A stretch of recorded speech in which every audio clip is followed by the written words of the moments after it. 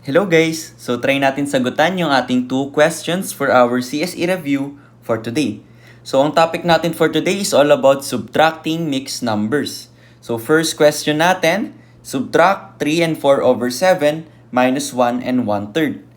So kapag magsusubtract tayo ng mixed numbers, una nating gagawin is yung whole number natin, which is 3 and 1, isusubtract natin yan separately doon sa fraction part.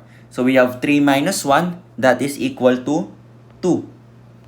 And then, separate yung pag-subtract natin sa fraction part, which is 4/7 minus 1/3.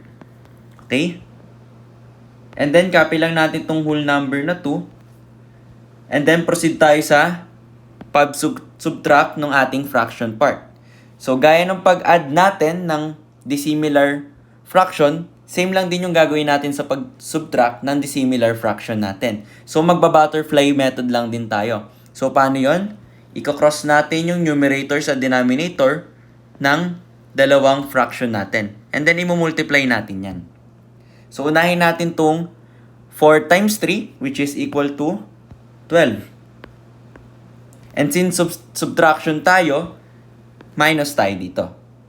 And then next, etong 7 times 1, which is equal to 7. Over, for our denominator, imumultiply lang natin yung denominator ng both fraction natin. So, 7 times 3, that is 21.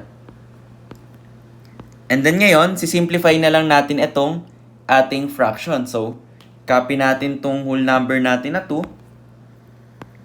And then, simplify natin yung numerator natin. 12 minus 7 is 5.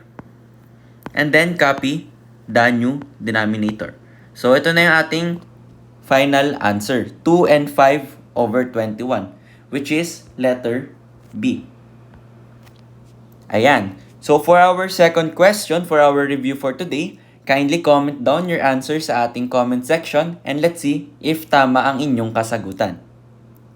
So, that's it for our review for today.